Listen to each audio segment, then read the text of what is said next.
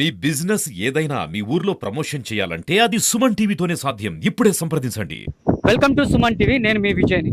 భూ ఆక్రమణలకు నిలయంగా మారుతున్న మదనపల్లి.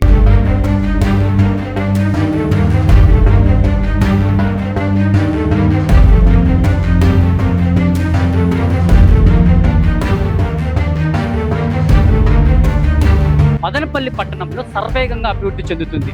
6 లైన్ అంటూ 4 లైన్ వంటి రోడ్లు పనులు కూడా జరుగుతున్నాయి. తాజాగా చూసుకున్నట్లయితే మెడికల్ కాలేజ్ పనులు కూడా సర్వేగంగా జరుగుతున్నాయి. త్వరలో జిల్లా కూడా అనౌన్స్ కాబోతుంది.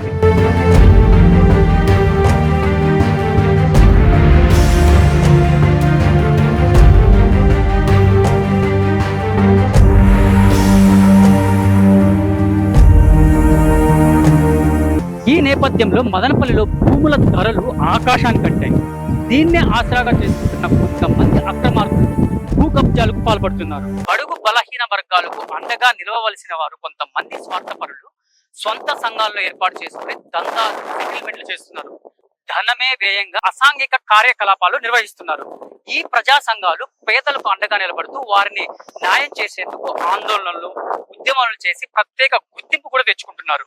అయితే కొన్ని సంఘాలు పంచాయతీలు, ఆర్థిక లావాదేవీలు, కుటుంబ వ్యవహారాలు, రెవెన్యూ వ్యవహారాలు, ప్రేమ వ్యవహారాలు అంటూ తనదైన ఆధిపత్యాన్ని ప్రదర్శిస్తూ అమాయకులను అన్యాయం చేస్తున్నారు. చట్టంలోని లొసుగులను అనుకూలంగా మార్చుకోవడం, అవినీతిని ఆసరాగా చేసుకోవడం వారికి వెన్నతో పెట్టిన విద్య. వ్యతిరేకించిన వారిని బెదిరించి భయపెట్టి లొంగ తీసుకుంటున్నారు. ఎదురు తిరిగిన వారిని మట్టు పెడుతున్నారు. సామాన్య ప్రజల్లో భయాన్ని మిగిల్చేలా ప్రవర్తిస్తున్నారు.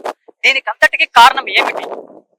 ముఖ్యంగా మదనపల్లిలో చూసుకున్నట్లయితే చుట్టుపక్కల 100 ఎకరాల్లో విలువైన భూములు ఉన్నాయి. వాటి విలువ అమాంతంగా పెరగడంతో కోట్లు పెట్టి ఆ స్థలాలను కొనడానికి అటు వ్యాపారస్తులు, ఇటు ఉద్యోగస్తులు ముందుకొస్తున్నారు. ఇదే ప్రజా సంఘాలకు ఆదాయ వనరుగా మారుతుంది. అసైన్ భూములంటూ, ఇందిరమ్మ ఇల్లులంటూ, ఎస్సీ ఎస్టీ మిలిటరీ భూములంటూ లేఅవుట్లకు సంబంధించిన వివాదాలను సెటిల్మెంట్ చేయడంలో కొన్ని ప్రజా సంఘాలు కీలకంగా మారాయి. కోట్ల రూపాయలు సులువుగా వచ్చే మార్గం కావడంతో మెల్లమెల్లగా ప్రజా సంఘాల మధ్య పోటీ ఏర్పడింది. ఒకప్పుడు గుర్తింపు పొందిన ప్రజా సంఘాల్లో పనిచేస్తుంది కొన్ని కారణాల వల్ల విడిపోయి వేరే కుంపట్లు పెట్టుకొని జాతీయ, రాష్ట్ర అధ్యక్షులుగా చలామవుతున్నారు కొంతమంది అయితే యువకులను కూడబెట్టుకుని కొందరితో మారక ద్రవ్యాలను ఏర్పాటు చేస్తున్నారు. మరికొందరిని గ్యాంగులుగా ఏర్పాటు చేస్తున్నారు. ఉద్యమాల పేరుతో తమ స్వప్రయోజనాలను వాడుతూ సెటిల్మెంట్లంటూ, దందాలంటూ, గొడవలంటూ, ఘర్షణలంటూ వినియోగిస్తున్నారు. క్షేత్ర స్థాయిలో తమ పరపతిని, పలుకుబడిని పెంచుకుంటున్నారు. సబ్ రిజిస్టర్, రెవెన్యూ, హౌసింగ్ తదితర ప్రభుత్వ కార్యాలయాలను తమ దందాలుగా, వేదికలుగా మార్చుకుంటూ వారి వ్యాపారం 3 పువ్వులు 6 కాయలుగా కొనసాగిస్తున్నారు. ఇటీవల జరిగిన సుమన్ టీవీలో జరిగిన ఒక ఇంటర్వ్యూలో ప్రస్తుత ఎమ్మెల్యే షాజహాన్ బాషా గారు కూడా ఈ అక్రమాలపై ఆవేదన, ఆందోళన కూడా వ్యక్తం చేశారు. చాలా మంది భూ కబ్జాలు కాట్లాట్పల్లి రోడ్లో కూడా చేశారు. ఇదే కాకుండా చాలా మంది వచ్చి బసినకొండ పరిసర ప్రాంతాల్లో కూడా చేశారు. ఎవరికి కూడా వదిలేది లేదు. ఇదే కాకుండా ఈ మన ఎక్కడి నుంచి బసినకొండ నుంచి దాదాపు మన కాన్స్టిట్యున్సీ బార్డర్ వరకు హైవేలో రోడ్డు రెండు వైపులా భూ కబ్జాలు చేశారు. మర్యాదగా ఉంటే చాలా బాగుంటుంది. ఎవరికి కూడా వదిలే పరిస్థితి ఉండదు.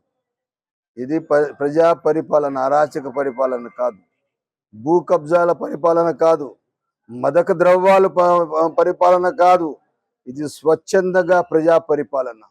మొన్న నా దగ్గర కూరాకుల వీధిలో ఒక మహిళా అక్క వచ్చి, నేనేమొచ్చిందంటే ఒక 15-20 మంది వచ్చారు. వచ్చి ఏదన్నా ఆమె ఆశించి నా దగ్గర వచ్చిందంటే ఆయమ్మ 2 చేతులు జోడించి, అన్న కొంతమంది పిల్లలు గంజాయి తాగేసి మోటార్ సైకిల్ మా వీధి 15 అడుగులు కూడా లేదు ఆ వీధిలో 40, 50, 60 స్పీడ్లో నడుపుతాడన్న వాళ్ళకి ఏమన్నా మాట్లాడితే మాకేమైనా చంపేస్తారేమో భయం అని వాళ్ళు కూడా ఏం మాట్లాడడం లేదన్నా అని. ఎంత భయం ఆందోళనలో ఈ మదనపల్లి ఉంది చెప్పండి. వ్యాపారస్తులు భయపడుతున్నారు, భూములు ఉండే వాళ్ళు భయపడుతున్నారు. ఎవరైనా వాళ్ళ ఇళ్ల పైన ఏదైనా కేసులు వేసేస్తే ఇంకా వీళ్ళు అక్కడ వచ్చి వైఎస్ఆర్సీపీ నాయకుల చేతికి వెళ్ళిపోయి వాళ్ళు ఎక్కడ ఓడిపోతే కోర్టులో కేసు ఓడిపోతే కూడా ఆ ప్రాపర్టీలు ఓడిపోయిన వాళ్ళ దగ్గర రిజిస్టర్ చేసుకుని అరాచకాలు చేస్తున్నారు. నేను చెప్తున్నా తమ్ముళ్ళు, బ్రదర్స్, ఇవన్నీ జరగవు. ఇంకా మీకు ఒక్కటే మాట చెప్తున్నా, నేను మీరు ప్రజాక్షేమం కోసం, ప్రజా విలువల కోసం, ప్రజల అవసరాల కోసం మీ దగ్గర ఏ ఒక్క ఇష్యూ ఉంటే గ్రివెన్స్ కింద ఉంటే తీసుకురండి, తప్పకుండా పరిష్కారం చేస్తాం. ఈ రోజు నుంచి మదనపల్లి కాన్స్టిట్యున్సీకి అభివృద్ధి దిశలో తీసుకొని వెళ్దాం. కబ్జాల దిశలో కాదు, దయచేసి అర్థం చేసుకోవాలని చెప్పి నాది ఒక్కటే ఒకటి. ఈరోజు నేను ఏ ఒక్క పార్టీకి ఏ ఒక్కరికి పాయింట్అవుట్ చేసి చెప్పలేదు. సేమ్ టైంలో ఆప్షన్ ఇచ్చినాను, అభివృద్ధికి కలిసి పనిచేస్తామని. సేమ్ టైంలో అరాచకం, భూ కబ్జాలు, మదక ద్రవ్యాలు, రౌడీయిజం మొన్న కూడా చాలా ఎక్కువ చేసినారు. బీకేపల్లిలో ఒక తిరుపతి రిపోర్టర్ ఒక ఆమె ఇల్లు కట్టుకుంటా అంటే ఆమె దగ్గర డబ్బులు కలెక్ట్ చేశారు. అవన్నీ ఎవిడెన్స్ నా దగ్గర ఉన్నాయి. దానిపైన ఇంకా కమిటీ వేస్తున్నా, దానిపైన వాడు ఎవడైనా కానివాడు అని కథ చూస్తాం.